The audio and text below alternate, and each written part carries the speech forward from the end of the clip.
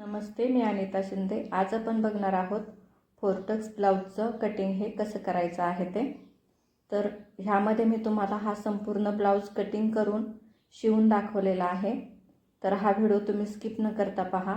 तसंच माझं चॅनल आवडत असल्यास प्लीज माझ्या ह्या चॅनलला तुम्ही लाईक करा, शेअर करा आणि सबस्क्राईब करायला विसरू नका। तर यासाठी मी हे अस्तर घेतलेलं आहे आणि मापाचं ब्लाऊजसुद्धा घेतलेला आहे। आता आपण अस्तरची ह्या प्रकारे घडी घातलेली आहे बघा, ही बंद बाजू आहे। आता इथे आपण ब्लाऊजची उंची मोजणार आहोत। तर उंची आपण नेहमीप्रमाणे शोल्डर पासून मोजणार आहोत। तर इथपर्यंत मी ही व्यवस्थित पकडून उंची मोजून घेतलेली आहे, जी भरलेली आहे माझी 13.5 म्हणजे 13.5 इंच। आता आपल्याला त्याच्यामध्ये 1 इंच मिळून 14.5 इंचाची खूण करून घ्यायची आहे।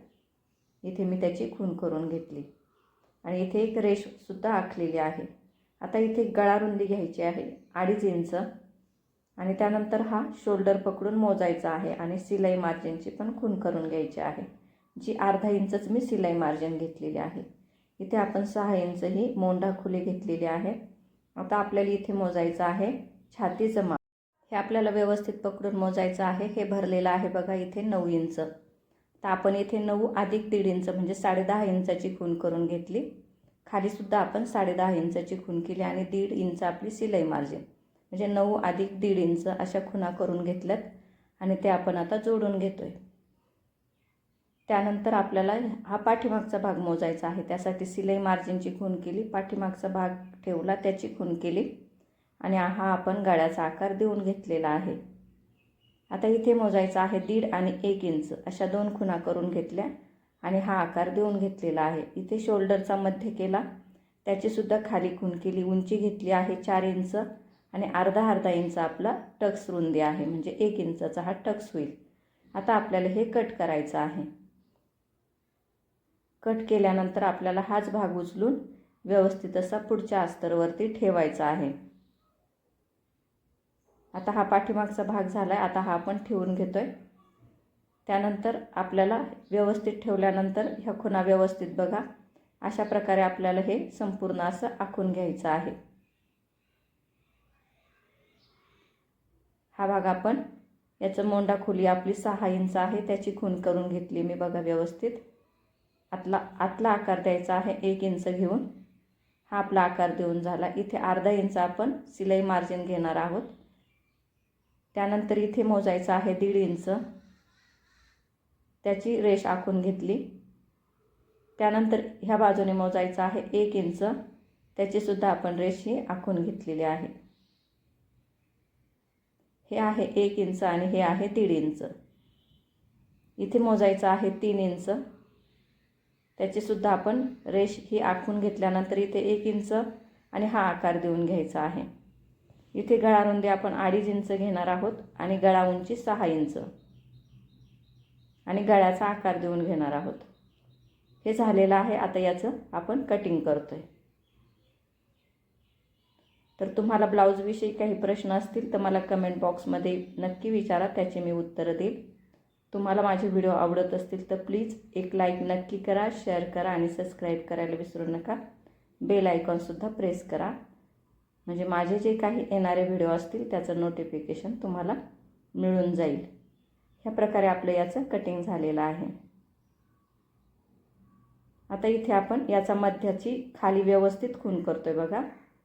टक्स उंचीची 2 इंच उंची घेतली आणि रुंदी अर्धा म्हणजे 1 इंचाचा हा टक्स होईल। हे तुम्ही व्यवस्थित बघा। आता याचा सुद्धा आपण मध्य करतोय। इथे 2 इंच अंतर राहिला पाहिजे।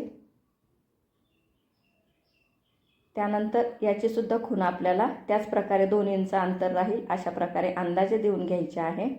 इथे जेवढं अंतर आहे तेवढंच इकडच्या बाजूने घेतलं आपण आणि याची खूण केली। इथे सुद्धा आपल्याला टक्स द्यायचा आहे म्हणजे प्रत्येक याच्यामध्ये आपलं 2 इंचाचं अंतर राहील। आता इथे नॉचेस द्यायचे आहेत म्हणजे आपल्याला ज्यावेळी आपण शिवतो त्यावेळी हे सोपं जातं। आता बाहीचं कटिंग आपण पेपरवरती करतोय। आता इथे सिलाई मार्जिन सोडली, त्यानंतर बाहीची उंची मोजलेली आहे। खाली सुद्धा सिलाई मार्जिन घेतलेली आहे, त्याची खूण करून घेतली आपण। इथे 1 इंचाची खूण केली, इथे 2.5 इंचाची इथे घ्यायचं आहे 9.5 इंच, इथे घ्यायचं आहे 1.5 इंच आणि हे आपण खुणा करून घेतोय. याचा मध्य केला आपण. इथे आपल्याला ही खून करून घेतलेली आहे. आतील आकार सुद्धा आपण देऊन घेतला. इथे आपण मोजतोय दंडघेर अधिक 2 इंच, त्याची सुद्धा आपण खून करून घेतली. आता याचा आपण कटिंग करतोय. हे व्यवस्थित बघा. आता हा पेपर वरती उचलून आपण आतील आकारात मध्ये कट करत आहोत आणि मध्य भागाला आपण नॉच सुद्धा देऊन घेतला. ही बाही झालेली आहे.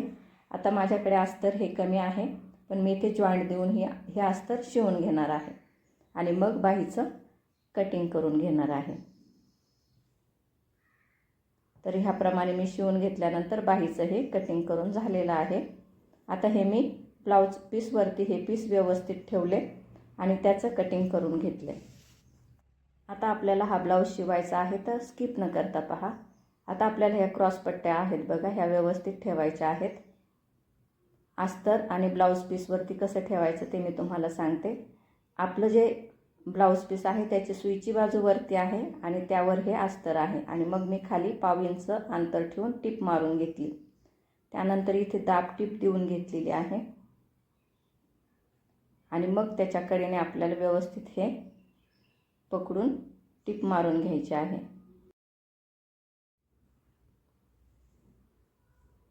अशा प्रकारे आपला दुसरा भागही आपल्याला व्यवस्थित असा तयार करून घ्यायचा आहे. फक्त आपल्याला हे भाग समोरासमोर व्यवस्थित येतील अशा प्रकारे हे यायला हवेत. त्यानंतर हे आपल्याला पलटवायचं आहे गळा. त्यासाठी सुद्धा आपण हे 2 अस्तर आहेत ते कसे ठेवते मी बघा. ज्यावेळी आपण अस्तर ठेवतोय ते व्यवस्थित असं दोन्ही भाग व्यवस्थित असे आलेत ते चेक केलं मी. ब्लाउज पीसची सुईची बाजू वरती ठेवली आणि त्यावर अस्तर ठेवले आणि गळ्याच्या 1/2 इंच अंतर ठेवून मी इथे टिप मारून घेते. आता इथे नॉचेस मारून घ्यायचे आहेत आणि हे बघा इथे आपण अस्तरवरती ही टिप देत आहोत.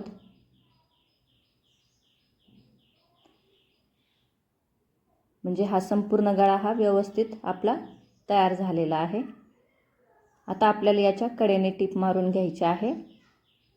म्हणजे आपलं जे ब्लाउज पीस आहे आणि अस्तर हे संपूर्ण असं व्यवस्थित शिवून होईल.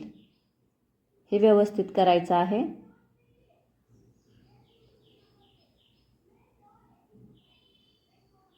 असाच आपल्याला दुसराही भाग आपण तयार करून घेतला. आता याचे टक्स बघा. हा टक्स आपल्याला द्यायचा आहे सगळ्यात खालचा 1/2 इंच रुंदी आणि 1 इंच उंची ह्याप्रमाणे आपण देऊन घेतलाय.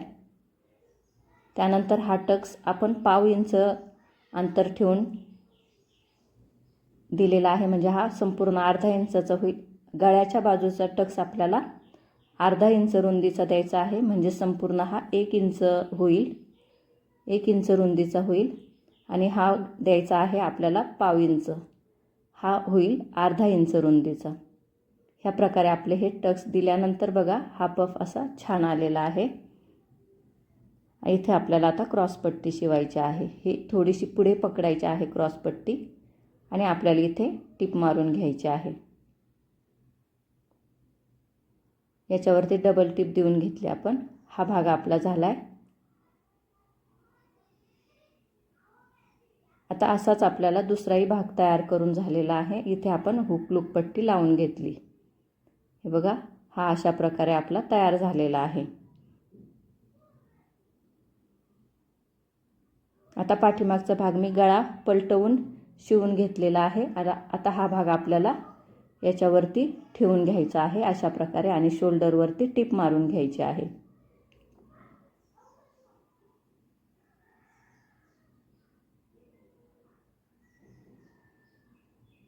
आता आपण इथे इथेही शिवून घेणार आहोत. तर बाहीच्या आपण मध्यापासून नेहमीप्रमाणे बाही ही जोडून घेणार आहोत. बाही जोडताना आपण बाहीची मध्य भागाची बाजू व्यवस्थित ठेवून ही बाही जोडून घेतली आणि एक्स्ट्राचं आपलं हे उरतं तर आपण ते नंतर कापून टाकतो. त्यानंतर अशा प्रकारे पकडायचं आहे आणि इथे टिप द्यायची आहे. पाव इंच अंतराची ही टीप आहे आणि ह्या प्रकारे व्यवस्थित हे पकडून आपण इथे सुद्धा टीप मारून घेतली आणि हे राहिलेलं कट करून टाकलेलं आहे।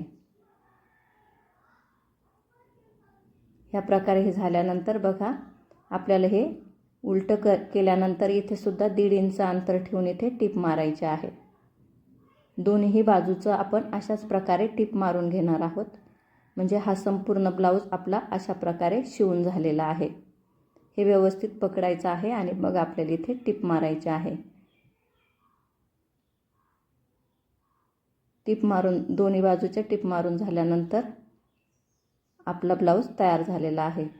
तर तुम्ही हा व्हिडिओ शेवटपर्यंत बघितला त्याबद्दल धन्यवाद।